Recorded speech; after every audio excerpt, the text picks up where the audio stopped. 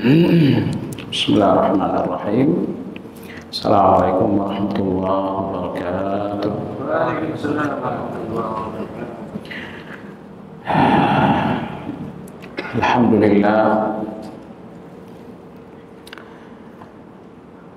Nahmaduhu wa nasta'inuhu wa nastaghfiruh. Wa na'udzu billahi min shururi anfusina wa min sayyiati a'malina. Man yahdihillahu fala mudilla lahu wa man yudlil fala hadiya lahu. Wa ashhadu an la ilaha illallah wahdahu la syarika lahu. Wa ashhadu anna Muhammadan abduhu wa rasuluhu la nabiyya ba'dah.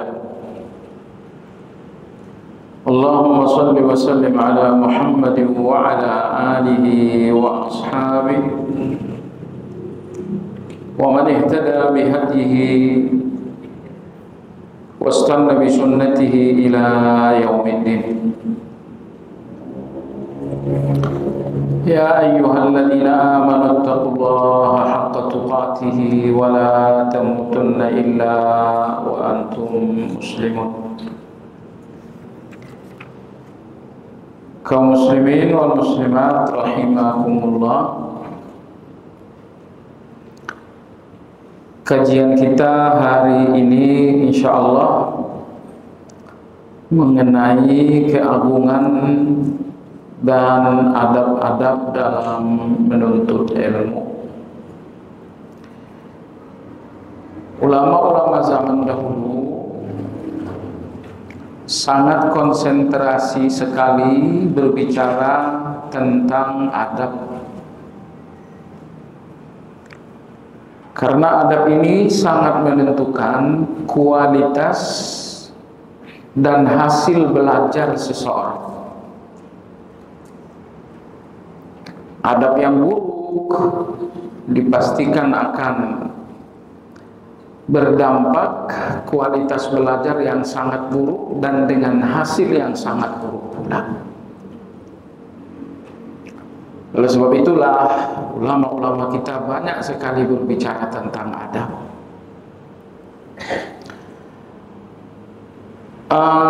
Kali ini kajian kita tentang adab dan keagungan ilmu diintisarikan dari kitab yang ditulis oleh Imam Al-Mawardi rahimahullah ta'ala, seorang ulama besar dalam mazhab Syafi'i. Beliau hidup pada awal abad keempat rahimahullah ta'ala. Buku yang saya maksudkan adalah Adabuddin wad Dunya, adab beragama dan adab berdunia. Sebagian penerbit menerbitkan buku ini dengan judul Adabud Dunya wad Din. Ya, tentu tidak jauh berbeda.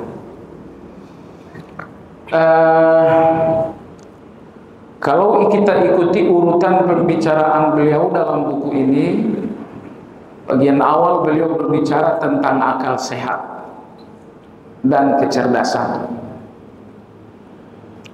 Kemudian beliau berbicara tentang hawa nafsu. Lalulah pada poin ketiga dia berbicara tentang ilmu. Nah, jadi sistematika penulisan yang digunakan oleh Imam Al-Mawardi ini tidak beda jauh dengan Imam Ibn Hibban ketika menulis kitab Rawdatu Al-Uqala. Pada bab pertama, Imam Ibn Hibban menulis mengenai akal sehat atau kecerdasan. Kemudian beliau juga berbicara tentang hawa nafsu. Lalu beliau berbicara tentang islahus sarirah, memperbaiki hati. Setelah itu baru beliau berbicara tentang ilmu. Tidak jadi soal jamaah sekalian, sedikit kita mengutip mengenai akal sehat atau kecerdasan, kemudian tentang hawa nafsu, lalu nanti kita berbicara tentang ilmu dan adab-adabnya. Jemaah sekalian yang saya hormati, Nabi Shallallahu Alaihi Wasallam bersabda dalam hadis sahih diriwayatkan dari Sahal bin Sa'ad radhiyallahu anhu. Kata Nabi Shallallahu Alaihi Wasallam, Inna Allaha yuhibbu ma'aliyal umur wa yakrahu sifsafaha.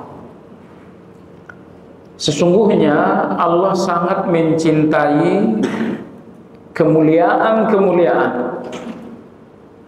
kebaikan-kebaikan, dan Allah sangat membenci keburukan-keburukan dan kejahatan-kejahatan. Jadi Allah punya cinta, Allah juga punya benci. Cintanya Allah adalah segala kebaikan dan kemuliaan. Lalu bencinya Allah, murkanya Allah, segala kejahatan dan keburukan.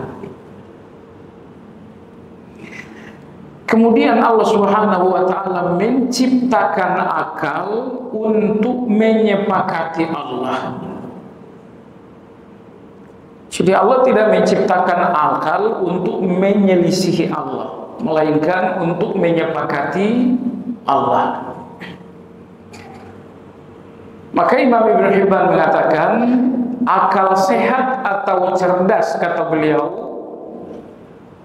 adalah akal yang membuat Anda mengenal kebaikan dan mencintainya. Lalu Anda mengenal keburukan, kemudian membencinya. Jadi, kalau Anda hanya mengenal baik, mengenal buruk, tapi tidak cinta baik dan tidak benci buruk, ini belum dinamakan akal sehat. Itu belum dinamakan kecerdasan.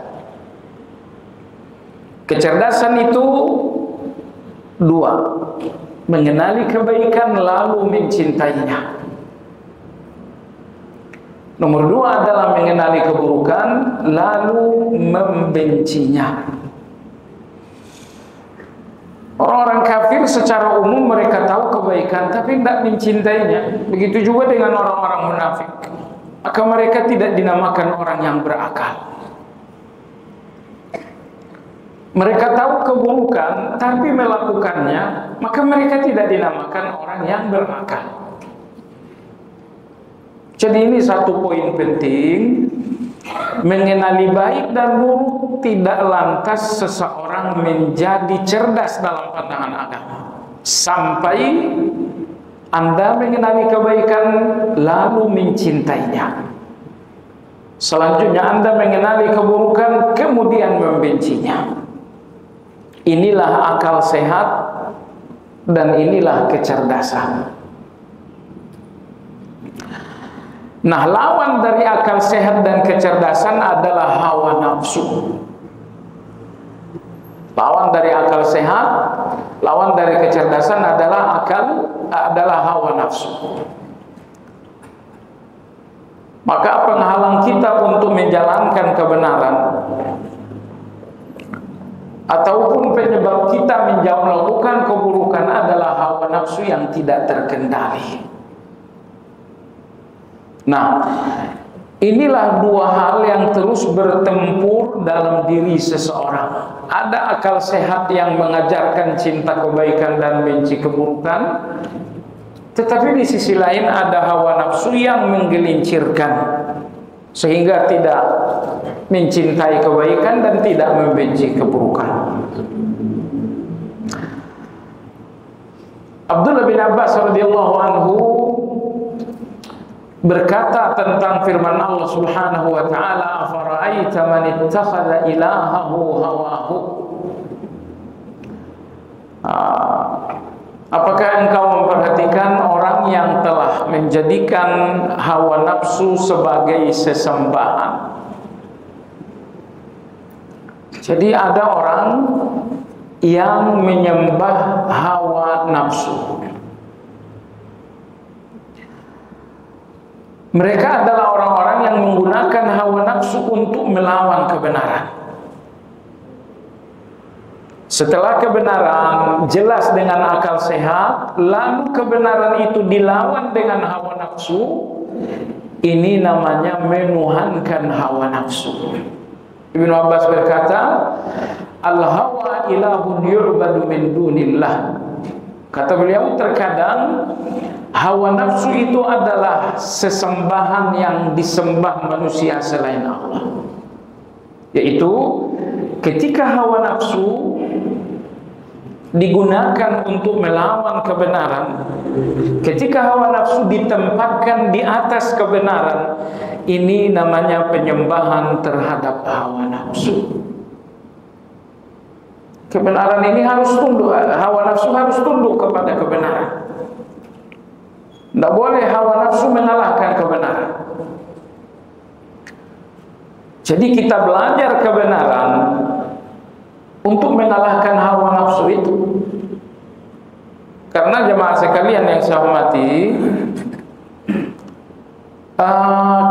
hawa nafsu ini punya kekuatan. Dia punya kekuatan karena maksiat dengan segala warna-warninya cenderung enak, cenderung nikmat. Dan orang yang punya kecenderungan mencari nikmat, mencari kenikmatan, mencari kelezatan, mereka akan jatuh kepada penyembahan hawa nafsu. Nah, coba Anda renungkan, hampir semua maksiat mengandung nilai kenikmatan. Maka Anda harus belajar kebenaran sampai tidak melihat kenikmatan itu nikmat. Dengan standar hawa nafsu, di dalam zina itu ada kenikmatan. Nah, tantangannya jemaah sekalian, Anda harus belajar kebenaran sedalam-dalamnya sehingga nikmat dalam hawa nafsu itu nggak nampak nikmat lagi. Yaitu ketika Anda belajar at-targhib wa tarhib, Anda belajar tentang motivasi dan ancaman-ancaman. Ya, Anda mempelajari ancaman-ancaman Allah Subhanahu wa taala sehingga betapapun ada senandung nikmat dari hawa nafsu, Anda tidak lagi melihatnya nikmat. Artinya, dengan ilmu yang sangat minim, Anda tidak akan mampu melihat kenikmatan hawa nafsu itu menjadi sesuatu yang pahit. Maka kita perlu belajar lebih dalam agar nikmat hawa nafsu nampak sesuatu yang sangat pahit. Makanya nanti dalam proses belajar, kita akan belajar tentang khauf kepada Allah, tentang rasa takut kepada Allah Azza wa Jalla. Karena jamaah sekalian, lezatnya hawa nafsu hanya karena Anda belum mencampurnya dengan rasa takut kepada Allah. Adapun rasa nikmat dalam hawa nafsu ketika telah dicampurkan dengan rasa takut kepada Allah, maka nikmat hawa nafsu itu akan berubah. Nah, Nabi Yusuf alaihissalam ketika dibujuk rayu oleh istri pembesar Mesir untuk melakukan perbuatan keji, Allah Subhanahu wa taala berfirman, "Wa laqad hammat bihi wa hamma biha laula ar-ra'a burhana rabbih kadzalika linasrifa anhu as-su'a wal fahsya." Wanita ini sangat menginginkannya dengan Nabi Yusuf. Tapi Nabi Yusuf juga menginginkan hal yang sama dengan wanita tersebut. Sama-sama ingin. Wanita ini ingin, tapi Nabi Yusuf juga ingin. Bedanya, ingin Nabi Yusuf ingin yang disertai dengan rasa takut. Dan ingin wanita ini ingin tanpa rasa takut. Jadi keinginan maksiat ini akan liar sekali kalau tidak ada rasa takut yang mengendalikan.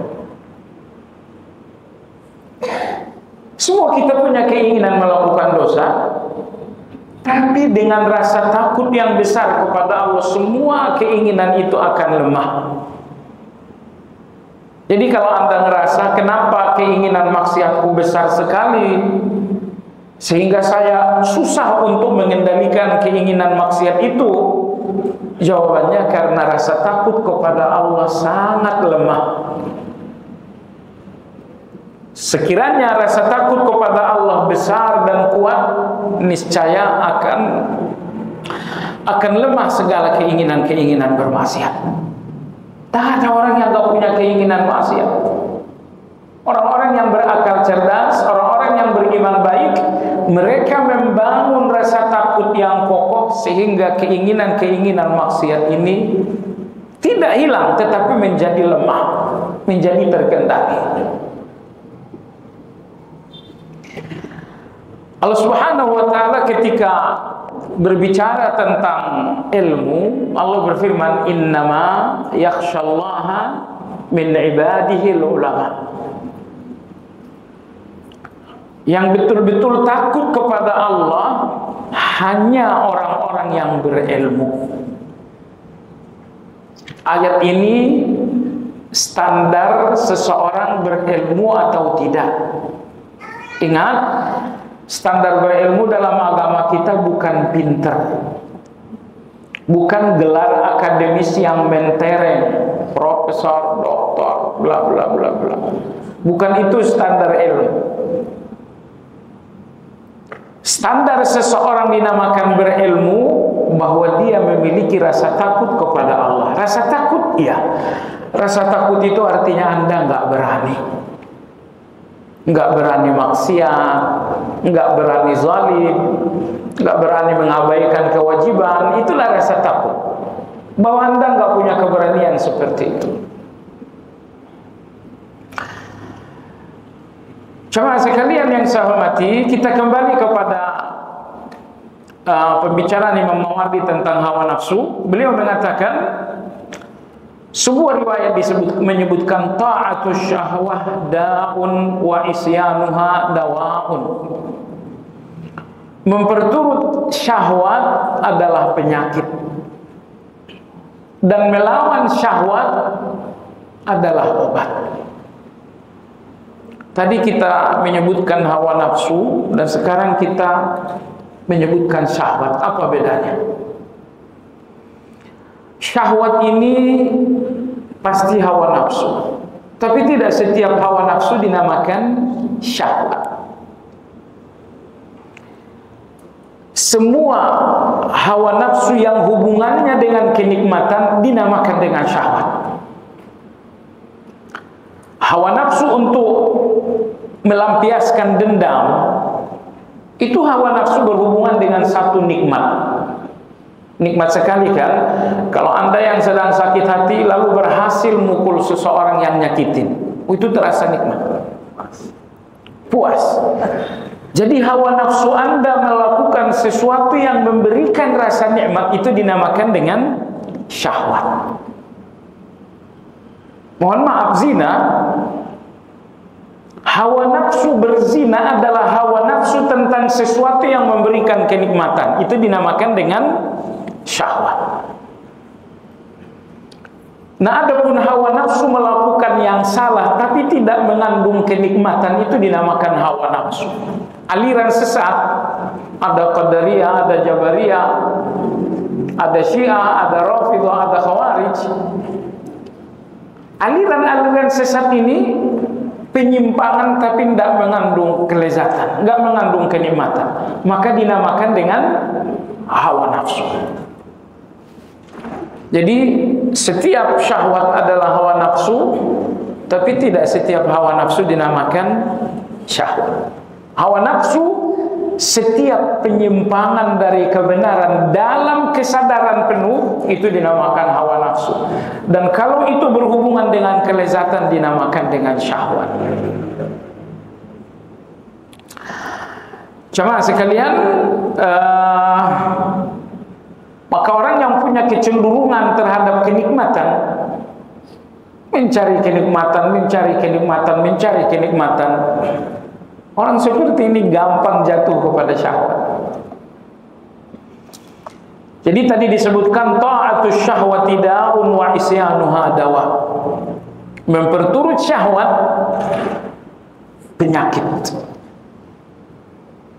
Kalau makan tuh kategori hawa nafsu atau syahwat? Hah?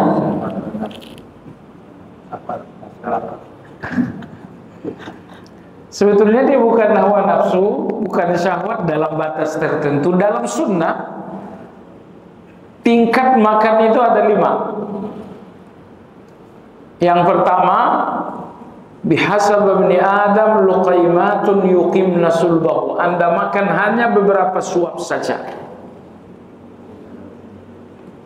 Ini pilihan pertama.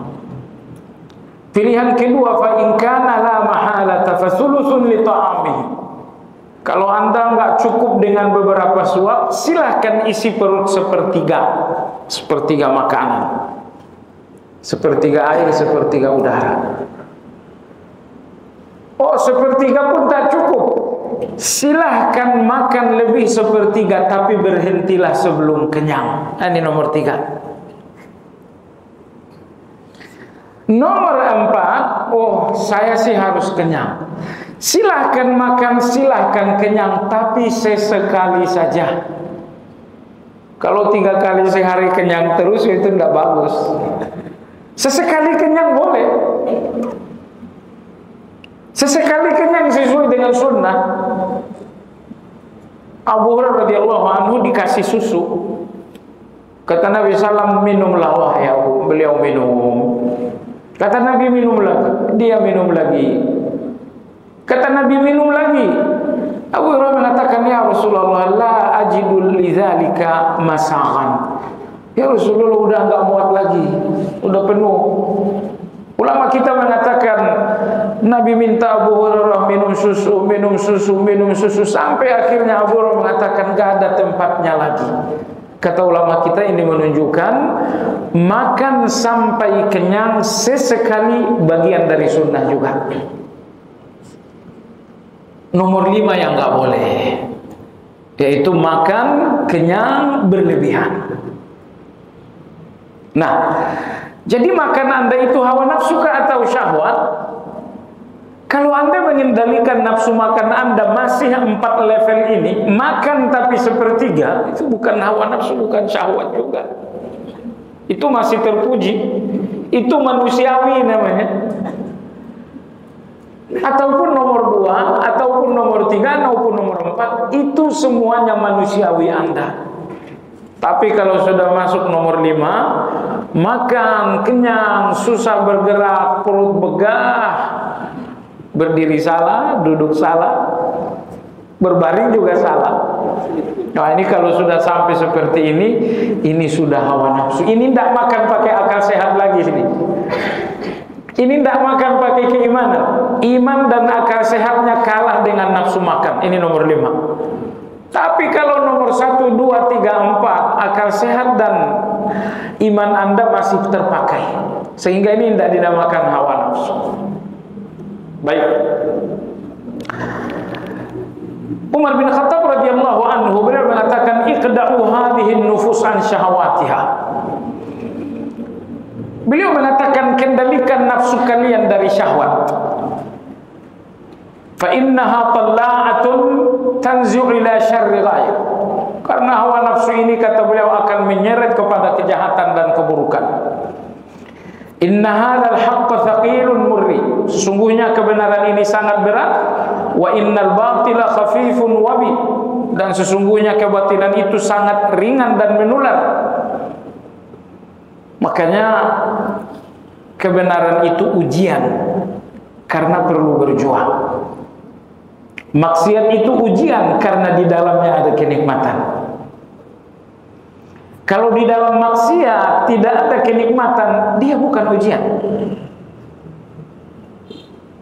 Atau kalau kebenaran itu tidak perlu berjuang, maka kebenaran itu bukan ujian. Tapi Allah Azza wa Jalla menetapkan bahwa kebenaran adalah ujian karena perlu perjuangan. Perlu perjuangan melawan ngantuk untuk bisa salat malam. Perlu perjuangan melawan kenyang untuk bisa berpuasa. Kebenaran adalah ujian karena di dalamnya ada perjuangan. Tak ada perjuangan, kebenaran bukan ujian.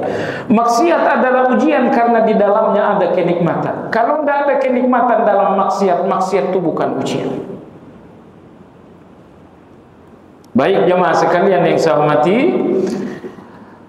Ali radhiyallahu anhu beliau berkata, akhafu alaikum itsnatain, yang paling aku khawatirkan terhadap kalian dua perkara. Oh, ini menghancurkan sekali dua hal ini. Yang pertama ittiba'ul hawa, yang kedua adalah watul al-amal. Pola hidup memperturut hawa nafsu. Dan yang kedua panjang angan-angan. Kata Ali, yang dua ini menghancurkan. Ini membinasakan kalian. Kenapa? Fa inna ittiba'al hawa yasuddu 'anil haqq. Karena memperturut hawa nafsu penghalang kebenaran. Seberapa besar Anda memperturut hawa nafsu, sebesar itu Anda tidak bisa menjalankan kebenaran. Di akhir malam Anda turutkan hawa nafsu tidur, Anda akan kehilangan kebenaran yang bernama salat tahajud. Senin Kemis Anda berturut hawa nafsu yang bernama makan dan minum, maka Anda akan kehilangan kebenaran yang bernama puasa. Jadi seberapa besar kebenaran Anda? Jawabannya seberapa besar Anda melawan hawa nafsu. Sebaliknya, seberapa besar Anda memperturut hawa nafsu, itulah ukuran kebenaran yang akan hilang. Jadi harga yang harus Anda bayarkan karena memperturut hawa nafsu mahal sekali. Karena Anda akan kehilangan kebenaran sesuai dengan kadar Anda mengikuti hawa nafsu. Tidak pernah Anda hilang kebenaran kecuali di situasi Anda betul-betul memperturut hawa nafsu. Maka Ali radhiyallahu anhu mengatakan, kehancuran kalian ada dua. Pertama hawa nafsu, karena hawa nafsu ini penghalang kebenaran. Kehancuran yang kedua adalah tulul amal, panjang angan-angan. Karena panjang angan-angan melupakan akhirat. Jemaah sekalian, apa yang dimaksud panjang angan-angan? Sederhananya panjang angan-angan, apapun ambisi yang membuat Anda tidak suka dengan kematian, itu panjang angan-angan. Coba besok saya dilantik jadi wali kota Depok. Baik, gimana kalau habis dilantik Anda mati? Oh jangan. Kalau begitu, keinginan Anda menjadi wali kota adalah panjang angan-angan. Coba saya punya uang 4 miliar. Baik, kamu punya uang miliar lalu meninggal bagaimana? Oh jangan. Berarti 4 miliar Anda dinamakan panjang angan-angan. Jadi definisi panjang angan-angan, panjang angan-angan ini kata Ibnu Hibban adalah komoditasnya orang-orang bodoh. Jadi orang bodoh itu tidak punya sesuatu yang nyata untuk dijual belikan, maka mereka menjual belikan angan-angan. Jadi yang dimaksud dengan panjang angan-angan, apapun yang membuat Anda, apapun keinginan yang membuat Anda tidak suka dengan kematian, keinginan tersebut dinamakan panjang angan-angan. Ingin jabatan membuat Anda nggak suka mati. Ingin uang membuat Anda suka mati. Kalau nambah cabang bikin suka mati apa gimana? Cabang 2, cabang 3 gitu. Intinya semua keinginan yang membuat Anda benci dengan kematian, maka keinginan-keinginan tersebut dinamakan dengan panjang angan-angan. Kata Ali radhiyallahu anhu, panjang angan-angan ini kehancuran nomor 2. Karena semua orang yang panjang angan-angan pasti lalai dengan akhirat. Allahu Akbar. Tidak ada orang panjang angan-angan ingat akhirat, tidak ada itu. Semua orang panjang angan-angan itu lupa akhirat.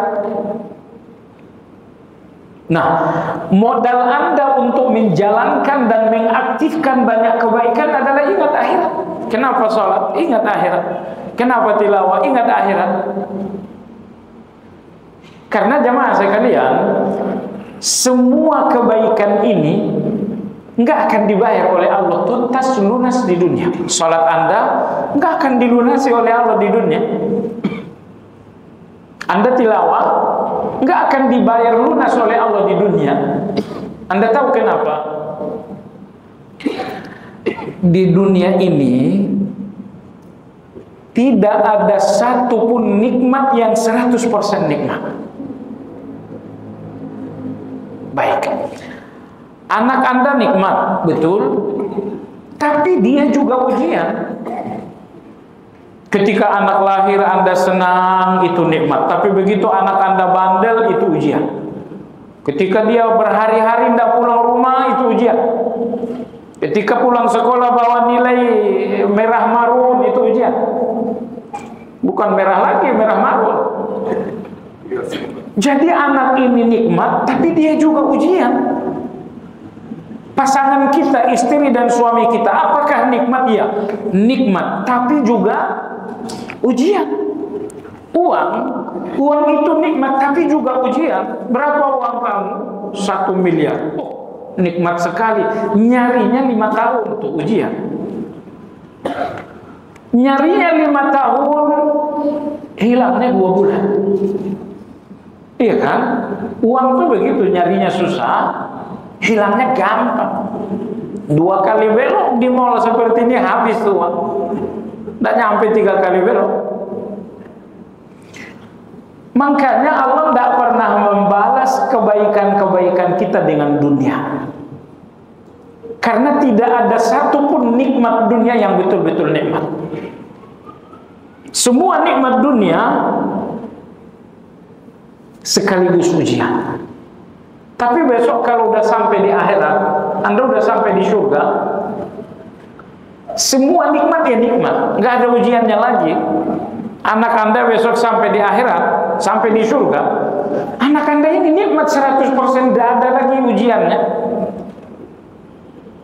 Baik, jadi jamaah sekalian, semakin Anda melihat akhirat, semakin semangat Anda terbakar beramal saleh. Ya, Anda ingat surga, Anda ingat perhitungan amal, Anda ingin pertemuan dengan Allah. Ingat Anda tentang akhirat itu, semangat terbaik Anda melakukan kebaikan. Lantas apa yang membuat Anda nggak ingat akhirat? Jawabannya adalah panjang angan-angan. Jemaah sekalian, Luqmanul Hakim beliau berkata, al-aqlu sadiqun maqtu' wal hawa aduun matbud. Beliau mengatakan hawa nafsu itu, akal sehat itu sahabat yang ditinggalkan. Dan hawa nafsu itu musuh yang dirangkul. Akal sehat itu sahabat yang ditinggalkan. Hawa nafsu itu musuh yang dirangkul. Hawa nafsu itu musuh kita, tapi kita merangkulnya terus-menerus. Masuk waktu duha, harusnya kita sholat duha, kita rangkul hawa nafsu. Hari Senin, hari Kamis, datanglah peluang puasa, kita rangkul lagi hawa nafsu. Jadi ucapan Luqmanul Hakim ini sangat betul sekali untuk mayoritas orang. Akal sehat itulah sahabat kita, nyatanya kita putus. Hawa nafsu itulah musuh kita, nyatanya kita bergandeng tangan. Ya kalau sudah seperti ini modelnya, hancurlah kita. Sahabat diputusin, musuh disambungin. Kapan Anda akan selamat? Hancurlah kita dengan pola seperti itu. Jemaah sekalian yang saya hormati,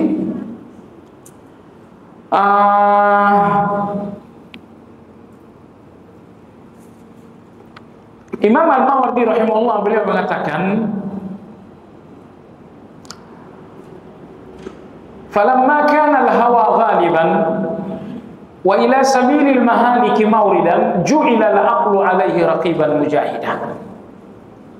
Karena hawa nafsu itu biasanya mengalahkan seseorang, hawa nafsu itu biasanya menyeret pada kehancuran, maka Allah memberikan manusia akal sehat untuk melawan hawa nafsu tersebut. Allah berikan kita akal sehat, Allah berikan kita kecerdasan untuk melawan hawa nafsu. Korupsi itu kehormatan jadi hilang, tempat tinggal jadi sel. Itulah korupsi. Tapi kadang-kadang akal sehat seseorang ini lumpuh, tidak berfungsi memberitahu hal-hal itu, disebabkan karena hawa nafsu sangat dominan. Baik jemaah sekalian yang saya hormati, jadi hawa nafsu ini sangat berbahaya dan tidak ada jalan mengekangnya pertama kecuali dengan akal sehat. Lalu bagaimana akal sehat mengekang hawa nafsu? Antara lain dengan alasan-alasan yang logis, kemudian dengan rasa takut kepada Allah Subhanahu wa taala. Beliau mengatakan li'anna sultan al-hawa qawiyyun wa madkhaluhu mukrahun khafi. Kesulitan kita dengan hawa nafsu ini ada dua. Pertama karena dia sangat kuat, dan yang kedua karena pintu masuknya sangat tersembunyi. Hawa nafsu ini kuat karena dia senjatanya adalah kenikmatan. Hawa nafsu ini kuat karena senjatanya adalah kenyamanan. Tidur sepuas-puasnya, itu senjata dia. Makan sekenyang-kenyangnya, itu senjata dia. Lawan jenis sepuas-puasnya juga, itu senjata dia. Hawa nafsu itu sangat kuat karena senjatanya adalah kenikmatan. Nomor dua, pintu masuknya hawa nafsu itu sangat tersamar, sangat tersembunyi. Makanya hawa nafsu ini berbahaya karena dua hal itu. Karena senjatanya adalah kenikmatan, dan yang kedua karena pintu masuknya adalah tersembunyi. Sebetulnya cukup banyak penjelasan Imam Mawardi rahimahullah tentang hawa nafsu. Kita cukupkan sampai di sini. Kita masuk penjelasan beliau tentang keutamaan ilmu. Beliau berkata, "I'lam anna al-ilma ashrafu ma raghiba fihi ar-raghib wa afdalu ma talabahu wa jadda fihi at-talib." Beliau mengatakan, ketahuilah, sadarilah bahwa ilmu adalah keinginan terbaik seseorang. Dan ilmu adalah pencarian termulia seseorang. Asyrafu ma raghiba fihi ar-raghib. Hal paling mulia dalam keinginan Anda adalah ilmu. Wa afdalu ma talabahu wa jadda fihi at-talib. Hal yang paling mulia dalam pencarian Anda bahwa Anda mencari ilmu. Wa anfa'u ma kasabahu wa tanahul kasib. Hal terbaik dikumpulkan oleh seseorang bahwa dia mengumpulkan ilmu. mengumpulkan uang, mengumpulkan harta, tidak. Hal terbaik Anda kumpulkan adalah ilmu. Li'anna syarafahu yunimmu ala sahibihi. Karena kemuliaan ilmu akan menghias pemiliknya. Wa fadluhu yunammi 'inda talibihi. Dan kemuliaannya akan mengembangkan yang memilikinya juga. Allah Subhanahu wa taala berfirman, "Qul hal yastawil ladzina ya'lamuna wal ladzina la ya'lamun." Apakah sama orang berilmu dengan orang enggak berilmu? Jadi ayat ini pertanyaan tetapi ingkar. Allah sebenarnya hanya ingin mengatakan tidak sama orang berilmu dengan orang tidak berilmu. Tidak sama. Yang satu malam, yang satu siang yang terang benderang. Yang satu kecerdasan, yang satu adalah kebodohan. Yang satu kemuliaan, yang satu adalah kehinaan. Maka Allah mengatakan tidak ada samanya ilmu dengan jahil. Nah, masalahnya masyarakat yang nggak tahu ilmu disamakan saja orang berilmu dengan orang jahil. Dan Allah enggak. Allah tidak mau menyamakan orang berilmu dengan orang nggak berilmu. Kenapa demikian? Lima qad khassa bihi al-'alima min fadilatil ilm. Karena Allah telah menempatkan kemuliaan ilmu pada orang-orang yang berilmu. Dan Allah tidak memberikan kemuliaan itu kepada orang-orang yang awam.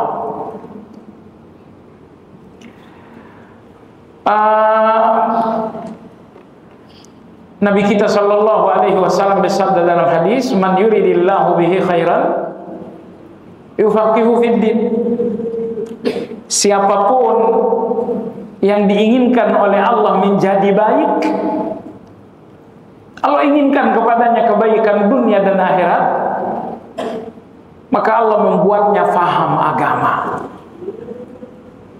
Jadi hadis ini luar biasa ya. Orang baik itu berawal dari faham agama, bukan karena punya agama. Orang-orang munafik juga punya agama. Mereka juga punya Islam. Tapi orang munafik tidak memiliki Islam dengan ilmu. Jadilah mereka orang munafik. Kalau Anda lihat dalam surat Al-Hasyr ataupun surat Al-Munafiqun, Allah berkata, orang munafik itu adalah la yafqahun, tidak faham. Orang munafik itu la ya'lamun, mereka tidak ngerti. Jadi ketika mereka memiliki agama tapi tidak paham, mereka juga nggak ngerti, jadilah mereka orang munafik beragama. Makanya tadi saya katakan, sekedar memiliki agama tidak membuat Anda lebih baik sampai Anda benar-benar paham agama itu. Tapi begitu Anda paham agama, maka agama ini akan memperbaiki Anda sedikit demi sedikit. Kita hadir di kajian-kajian ilmu untuk paham agama. Karena apa yang kita pahami dari agama, disitulah perbaikan dimulai. Jadi kalau tidak paham apa yang mau diperbaiki? Seberapa besar Anda paham, sebesar itu Anda bisa memperbaiki. Ingat ya, tidak ada ilmu yang memperbaiki manusia kecuali paham agama. Ilmu matematika itu tidak memperbaiki manusia. Ilmu kwitansi itu juga tidak memperbaiki manusia. Ilmu sosial itu tidak membuat manusia jadi mulia. Jurusan bisnis, manajemen dan lain-lain itu juga tidak membuat manusia menjadi mulia. Makanya walaupun ilmu-ilmu tersebut merupakan jalan menuju jabatan, tapi bukan jalan menuju kemuliaan. Jurusan apa kamu? Saya jurusan kedokteran, saya jurusan sosial, saya jurusan politik. Jurusan kalian itu jalan menuju jabatan, jalan menuju dunia, betul, tapi bukan jalan menuju kemuliaan. Ilmu kedokteran nggak mengajarkan akhlak. Ilmu politik nggak mengajarkan tawadhu. Makanya satu-satunya ilmu yang membangun kemuliaan manusia, satu-satunya ilmu yang membangun kehormatan manusia adalah ilmu agama. Maka terjemahan bebas dari hadis tadi, man yuridillahu bihi khairan yufaqihu fid din, terjemahan bebasnya, ketika Allah akan memperbaiki seseorang, Allah memperbaikinya dengan memahamkan ilmu. Karena sebesar faham Anda tentang agama, sebesar itu Anda akan mampu memperbaiki diri. Ingat ya, tugas utama hidup Anda adalah memperbaiki diri. Rata-rata orang yang pergi, orang yang wafat, mereka pergi dan gak tuntas memperbaiki diri. Jadi perbaikan diri ini sangat panjang, sangat banyak, dan waktu yang diberikan Allah sangat singkat. Saya ulangi, perbaikan diri kita ini kompleks dan banyak sekali yang harus diperbaiki, sementara waktu yang Allah berikan memperbaiki diri sangat singkat. Berapa usia Anda? 60. Itu separuhnya dibuang. Enggak berlaku separuhnya, karena separuhnya Anda tidur malam. Iya kan? Usia 60 tahun, itu sejatinya cuma 30 tahun. Karena separuh usia kita adalah tidur. Nah, dari 30 tahun ini, disinilah sebagiannya digunakan cari makan, digunakan ke pasar, digunakan olahraga. Sehingga dari 30 tahun yang benar-benar sisa untuk Anda memperbaiki diri itu sedikit sekali. Makanya mari kita sadari hal ini, hakikat besar ini. Perbaikan diri kita ini susah dan banyak, sementara waktu kita untuk memperbaiki sangat sedikit. Rata-rata orang yang pergi, mereka tidak tuntas memperbaiki diri. Ya. Jadi, seberapa besar Anda bisa memperbaiki diri? Jawabannya, seberapa besar Anda faham agama ini. Allah Tabaraka wa Ta'ala berfirman, yarfa'illahu alladhina amanu minkum walladhina utul ilma darajat. Allah akan meninggikan kehormatan seseorang karena iman dan karena ilmu. Kehormatan gak akan naik karena jabatan. Lihatlah orang-orang yang menjabat, tapi mereka tidak menjabat menggunakan ilmu, mereka akan terhina dengan jabatan itu. Subhanallah, saya perhatikan ya, betapa orang sangat tertipu dengan jabatan. Tadinya dia aman, nyaman, selamat. Akhirnya setelah jadi pejabat dia naik, ternyata Allah naikkan melalui dengan jabatan hanya untuk menampakkan kejahatan. Selama ini kejahatannya nggak nampak oleh orang, dipuji-puji semua orang sewaktu belum menjabat. Allah ingin kejahatannya terbongkar, maka Allah berikan jabatan. Begitu dia naik, barulah kejahatan ini nampak oleh semua orang. Jadi tidak semua orang yang menjabat itu lalu menjadi terhormat. Anda sudah lihat pemandangan beritanya, sejumlah orang atau banyak orang, mereka menjadi penjabat hanya untuk kemudian jatuh menjadi seorang yang hina. Jadi tidak ada yang betul-betul meninggikan Anda kecuali iman dan ilmu.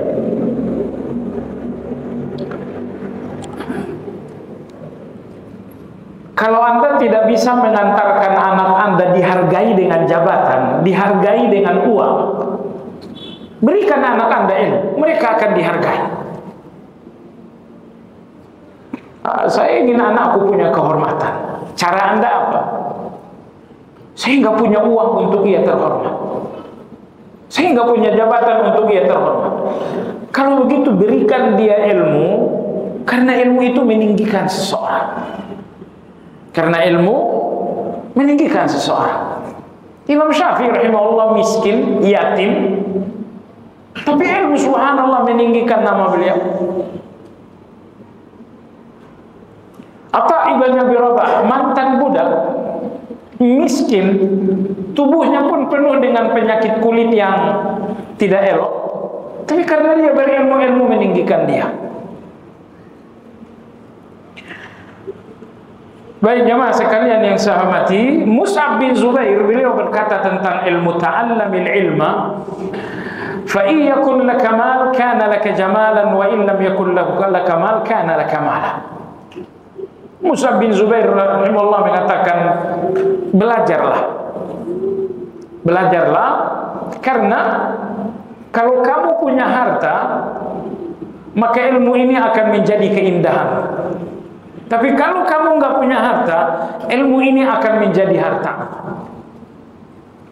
Itu nasihat beliau. Belajarlah, ambillah ilmu. Kalau kamu punya harta dan punya ilmu, maka ilmu akan membuatmu jadi indah. Tapi kamu punya ilmu nggak punya harta, maka ilmu ini akan menjadi harta. Harta terbaik kita adalah ilmu. Jemaah sekalian yang saya hormati, sebagian ulama mengatakan, kata mereka, kalau indah ilmu, maka buruk rupamu akan hilang dengan indahnya ilmu. Tapi betapapun wajahmu indah, buruk ilmu, niscaya wajah yang indah ini akan buruk dengan buruknya ilmu.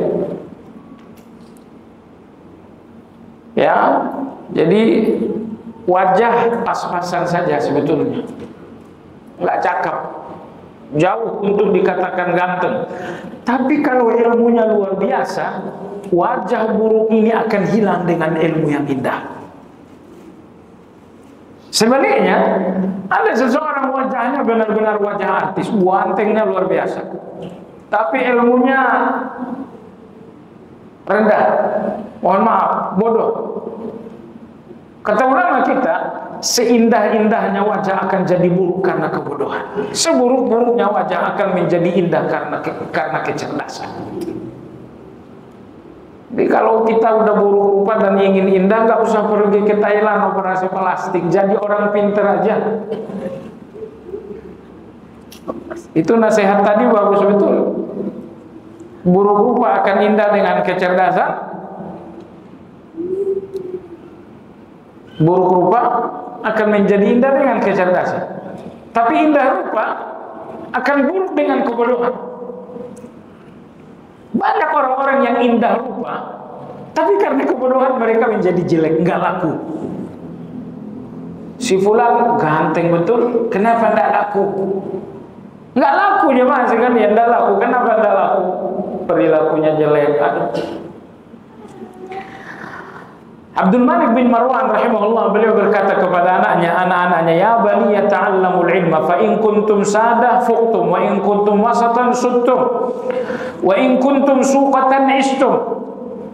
Wahai anak-anakku, kalian harus belajar ilmu agama.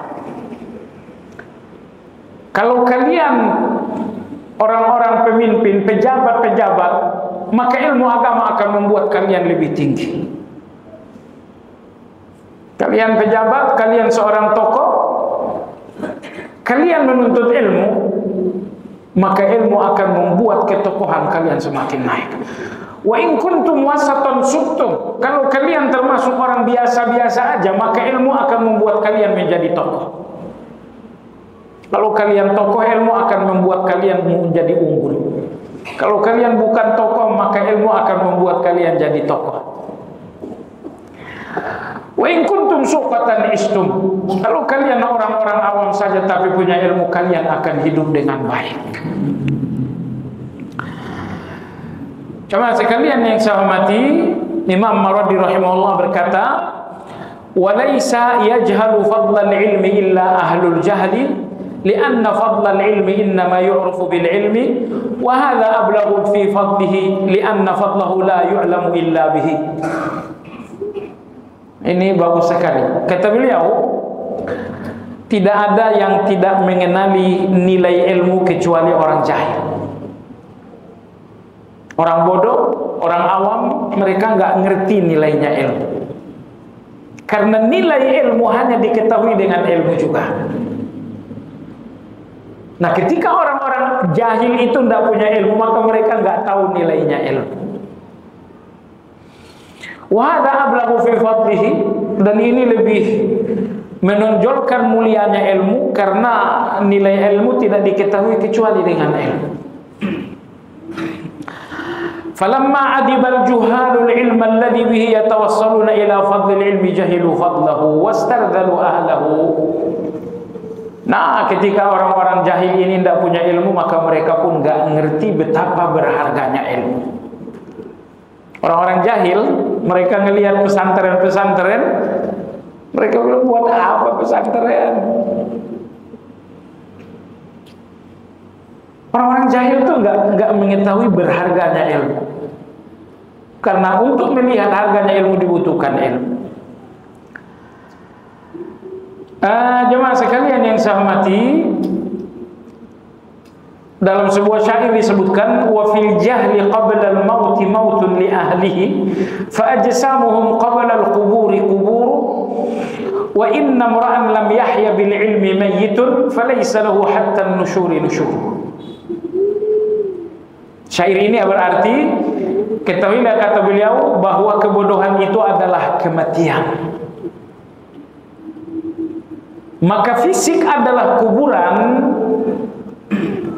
Fisik adalah kuburan bagi orang yang tidak punya ilmu. Jadi kebodohan itu adalah kematian, sehingga tubuhnya orang-orang bodoh adalah kuburan.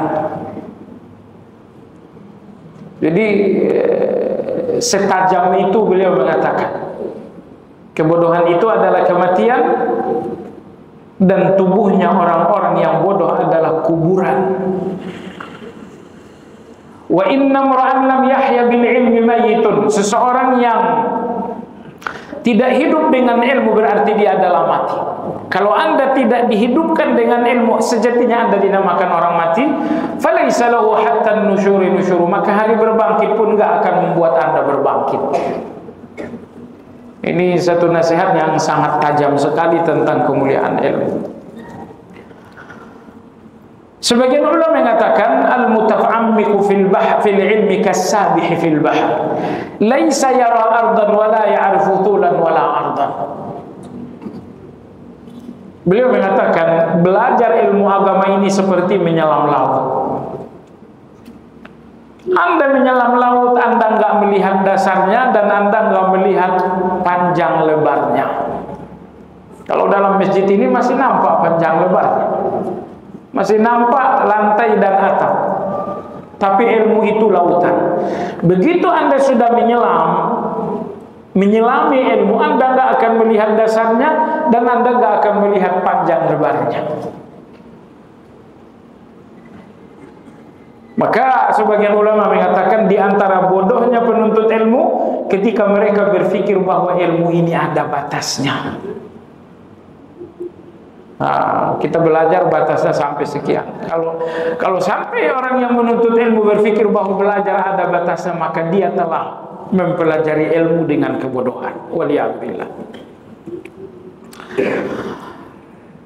Cuma sekalian yang saya hormati, sampai disitulah penjelasan, kita cukupkan penjelasan Imam Al-Mawardi mengenai keutamaan ilmu. Lalu sebagai penutup sekarang adalah tentang adab-adab yang mesti terpenuhi dalam menuntut ilmu. Adab yang pertama, taharatun nafs. Ambillah ilmu dengan hati yang bersih. Karena ilmu ini air. Dan hati Anda itu adalah cawan atau gelas. Ilmu adalah air yang sangat jernih, yang sangat menyesatkan, yang sangat menyehatkan, itulah ilmu. Tetapi hati Anda itu adalah gelas. Kalau gelas Anda ini isinya racun, semurni-murninya air akan menjadi beracun juga. Makanya ilmu ini betapapun sangat mulia, tapi kalau diambil, dipelajari orang yang berjiwa kotor, maka ilmu ini akan menjadi alat. Menjadi alat untuk sejumlah kekejian. Perhatikanlah transaksi-transaksi halal haram itu. Jual beli ilmu dan kebenaran itu. Itulah orang-orang yang mempelajari ilmu tapi dengan hati yang busuk. Mereka mengambil air dengan gelas yang penuh dengan racun. Sehingga walaupun mereka minum air yang sudah bercampur dengan racun. Dalami ilmu dengan hati yang bersih. Bersihnya hati saat mencari ilmu pertama, bersihkan dari takabur. Bersihkan dari takabur. membesarkan diri, artinya Anda menggunakan ilmu sebagai alat kesombongan dan takabur. Dan Anda tidak akan mendapatkan ilmu dengan niat yang buruk seperti ini. Ulama-ulama kita mengatakan ilmu ini adalah air, mengalir, membawa kesuburan, namun hanya mengaliri tempat yang berada di bawah. Air, ilmu adalah air, mengalir, membawa kesuburan, tapi hanya mengalir ke tempat yang rendah saja. Adapun orang-orang yang takabur, mereka nggak akan dapatkan air karena air tidak mengalir ke tempat yang tinggi. Jemaah sekalian, kemudian nomor 2, ketika menuntut ilmu, bersihkan hati nomor 2 dari ambisi-ambisi duniawi. Ambisi duniawi, ya, ambisi duniawi dalam menuntut ilmu itu racun. Baik, ini nomor 1. Modal utama kita menuntut ilmu adalah bersihkan hati. Kemudian adab yang kedua dalam menuntut ilmu adalah an yuqallila alaiqahu min al-ishtighal bid dunya. Tapi ini untuk orang-orang yang ingin menjadi spesialis. Anda yang ingin menjadi seorang ulama, Anda ingin menjadi seorang penuntut ilmu, kurangi kesibukan dunia agar Anda punya banyak waktu untuk ilmu. Ya, sebenarnya bukan mereka juga, ya, kita juga. Kalau 7 hari dalam seminggu semuanya nyari uang, 30 hari sebulan semuanya nyari uang, kapan waktu untuk menuntut ilmu? Saya tadi udah katakan konsepnya. Kita harus memperbaiki diri dan waktu kita sedikit. Kalau waktu yang sedikit ini dikurangi lagi untuk mencari dunia yang berlebih, ya tentu tidak bisa kita nanti memperbaiki diri. Kemudian jemaah sekalian, di antara adab menuntut ilmu adalah Allah yakhudhu fi fannin min funul ilmi dufatan bal yurai at-tartib wa yabtadi bil aham. Bahwa dalam menuntut ilmu ini lakukan proses. Nah, semua ilmu dikuasai dalam satu waktu. Saya ingin menguasai semua ilmu betul, tapi dalam waktu-waktu nggak bisa itu. Terus ketika harus berproses dalam mencari ilmu, dahulukan yang paling utama. Kalau kita ini belajar kan untuk diri kita, ya.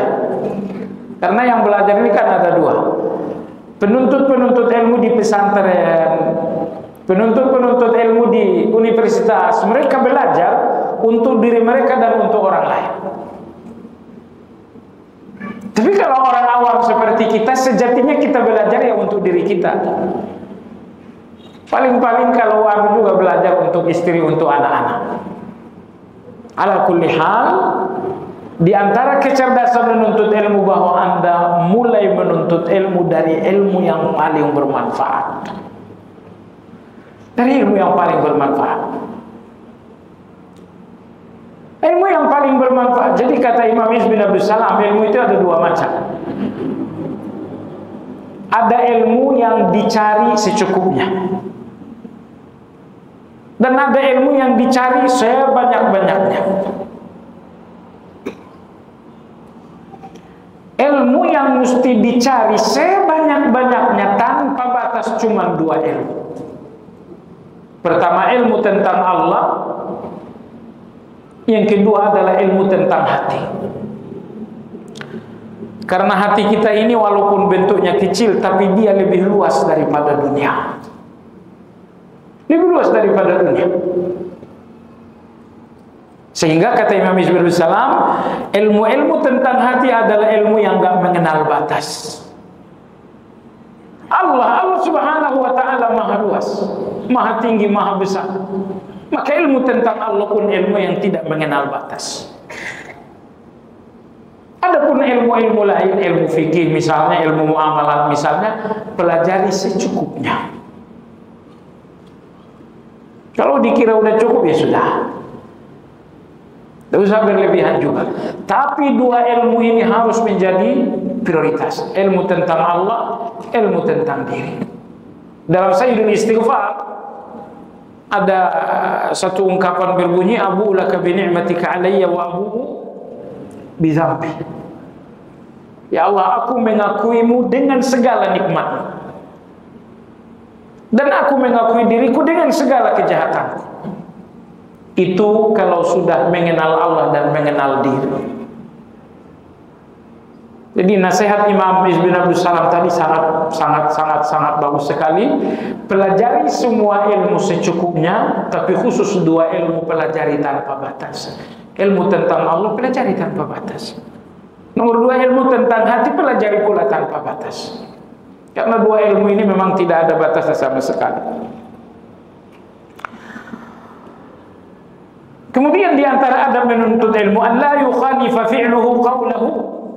Usahakan selama menuntut ilmu, ilmu Anda dengan perbuatan Anda enggak berantem. Ilmu Anda dengan perilaku Anda tidak bertentangan. Ilmu yang dipelajari riba itu haram, itu ilmunya. Tapi prakteknya mobilnya riba, rumahnya riba, segala-galanya riba. Ini namanya ilmu dengan fakta berlawanan. Maka adab menuntut ilmu berikutnya, pastikan ilmu Anda dengan kenyataan Anda bersatu. Antara ilmu dan perilaku Anda benar-benar sejalan, tidak bertolak belakang.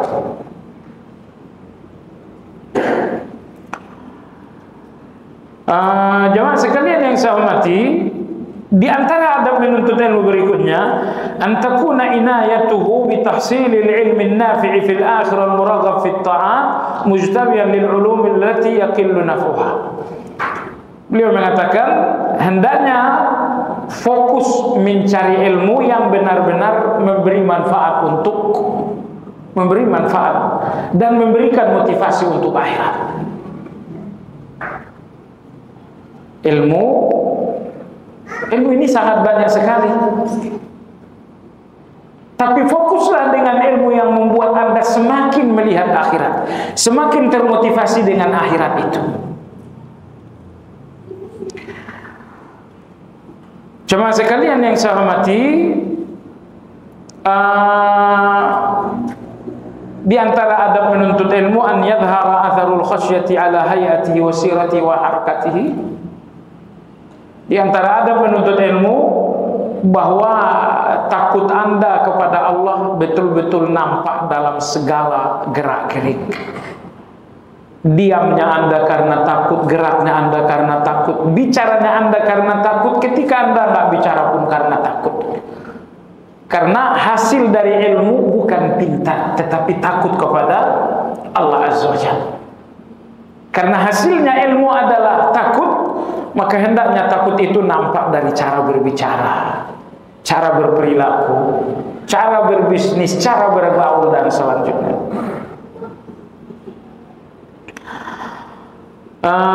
Jemaah sekalian,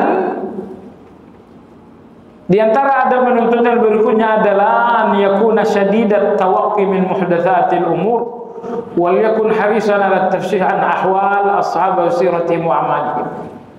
Di antara adab menuntut ilmu, hindari semua bid'ah. Kenapa? Karena ilmu akan dibagikan oleh Allah berdasarkan ketakwaan. Wattaqullaha wa yu'allimukumullah. Bertakwalah, Allah akan ajari kalian. Maka Allah akan membagikan ilmu berdasarkan ketakwaan. Jadi kalau tidak ada ketakwaan, walaupun hadir di majelis ilmu nggak bakal paham. Nah, ketakwaan itu menjalankan perintah. Nah, kalau perintah yang dijalankan ini bid'ah, nggak jadi bertakwa. Saya mau bertakwa, ya. Bertakwa itu menjalankan perintah, menjauhi larangan. Perintah yang dijalankan itu semuanya bid'ah, mana mungkin jadi bertakwa? Maka di sini tadi beliau mengatakan jauhi muhdatsatil umur, jauhi bid'ah. Karena modal penting untuk bisa mendapatkan ilmu, memahami ilmu adalah takwa, dan takwa itu separuhnya adalah menjalankan perintah. Nah, kalau perintah yang dijalankan ini bid'ah, bagaimana mungkin jadi bertakwa?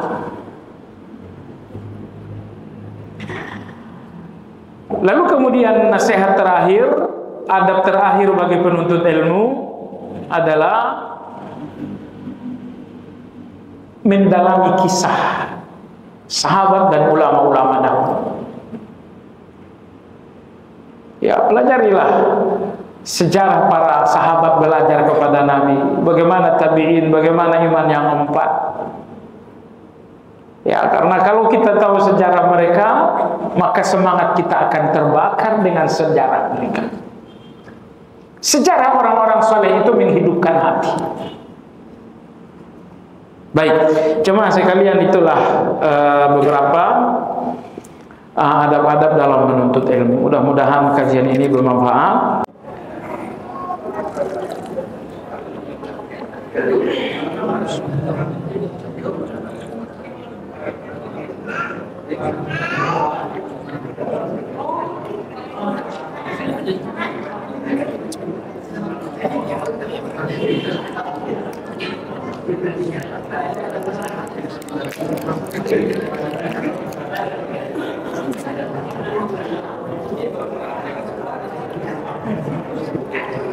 Assalamualaikum warahmatullahi wabarakatuh.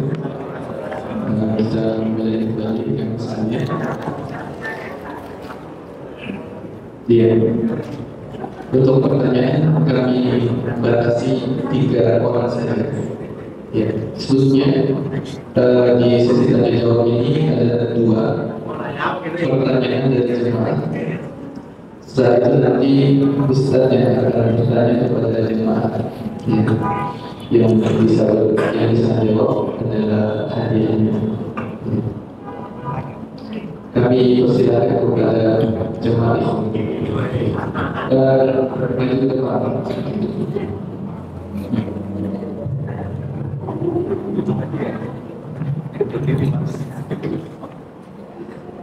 Assalamualaikum warahmatullahi wabarakatuh. Assalamualaikum. Apa yang sudah disampaikan kepada kami semoga menjadi keberkahan bagi kami dan dari kebaikan besar. Jadi kami sampaikan mengenai ilmu tadi, kalau dalam hal ini adalah kami sebagai penuntut ilmu. Jadi kami tanyakan adalah bagaimana kami bisa memilih orang-orang yang berilmu untuk kami ambil ilmunya dari beliau, dari mereka. Apakah mereka itu kita harus tahu pendidikannya atau mereka belum sama akan melaksanakan dengan siapa saja, atau cukup ketika mereka hanya menyampaikan bahwa itu yang disampaikan adalah Allah Rasul, yaitu kita bisa ambil gitu kan. Maksud saya, tentu tidak semua orang kan mempunyai kesempatan untuk mungkin menuntut ilmu sampai ke Madinah gitu ya, dengan syekh gitu ya. Nah, tapi orang itu mungkin menyampaikan ilmu yang baik gitu, yang patokannya tetap kepada Quran dan Sunnah gitu. Nah, apakah kita tidak tetap bisa mengambil ilmu dari orang-orang yang demikian itu, demikian itu.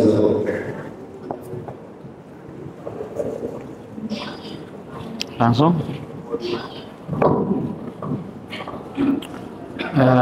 Jadi tips memilih guru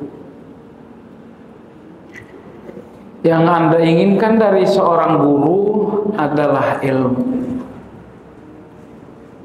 Maka pastikan guru ini memang orang yang berilmu. Jangan sampai berguru kepada yang nggak berilmu. Sekarang di zaman media sosial tuh banyak guru karbitan. Guru karbitan. Nah, bahkan di tengah pengajian sunnah ini ada beberapa orang yang gak ngerti bahasa Arab sama sekali. Ceramah kemana-mana bahasa Arab gak ngerti. Hadirilah kajian Ustadz Fulan bin Fulan, bahasa Arab gak ngerti sama sekali. Ya kalau nggak bisa bahasa Arab, preferensinya dari mana? Ini seperti kita tadi kan, kita nih diskusi sifatnya. Tapi alhamdulillah, kalau kita sedikit tahu bahasa Arab, preferensinya ada. Nah, jadi yang paling kita cari dari seorang guru adalah ilmunya. Pastikan bahwa guru ini berilmu. Kalau nggak berilmu, nggak usah. Untuk mengetahui ilmunya seorang guru, pertama lihat pendidikannya. Nah, pernahkah dia sekolah? Oh, dia pernah kuliah, gelarnya LC. Kalau gelarnya LC berarti 4 tahun tuh belajar. Ilmunya bisa dilacak. Sebelumnya di pesantren Sanawiyah Aliyah, berarti Sanawiyah Aliyah 6 tahun, LC 4 tahun, itu berarti sudah 10 tahun. Kalau dia belajar bahasa Arab 3 tahun dulu, berarti udah 13 tahun. Tambah lagi S2, oh berarti itu sudah 15 tahun. Tambah lagi dokter, oh itu berarti sudah 20 tahun. Kalau dia sudah 20 tahun belajar, itu sudah. Tapi kalau nggak ada riwayat pendidikan, kita nggak bisa mengukur berapa lama dia belajar. Ustadz Kabir, Ustadz Kabir, sekarang banyak Ustadz Kabir. Cuman kalau kalau riwayat belajarnya nggak ada, kita nggak tahu dia ini belajar berapa lama. Nggak jadi soal siapa gurunya gitu ya, itu nomor 2 lah. Tapi nomor 1, berapa lama belajar? Sekali lagi kalau cuma LC tambah pesantren, itu berarti jam belajarnya cuma 10 tahun. Ya lumayan daripada tidak sama sekali. Yang tadi misalnya yang modal bahasa Arab juga nggak bisa, nggak ada jam belajarnya sama sekali. Jadi kenali ilmunya. Pertama, berapa lama dia belajar? Kalau ini seorang ustadz yang mulazamah misalnya, oh ini muridnya Syekh Utsaimin, nggak jadi soal, cuman berapa lama berguru. Karena kalaupun datang kajian Syekh Utsaimin 2 kali, itu muridnya Syekh Utsaimin namanya. Ya, muridnya Syekh Utsaimin, dia oke. Berapa lama dia belajar? Tapi kalau mulazamahnya dengan Syekh Utsaimin misalnya 5 tahun, itu berisi tuh. Kita pernah belajar kepada Syekh Al-Qadhi namanya. Dulu ke Jakarta atas undangan As-Sofwa juga. As-Sofwa ini sayang dengan saya, kalau ada momen saya selalu diundang. As-Sofwa tahu ini orang belum pintar, diundang saya. Dalam ceramah kita tanya Syekh Al-Qadhi, Syekh Al-Qadhi, Anda udah dokter? Iya, saya juga mulazamah Syekh Utsaimin. Berapa lama? Beliau mengatakan, saya mulazamah 20 tahun. Mulazamahnya 20 tahun, pendidikan formalnya sampai dokter. Oh, itu baru berisi tuh.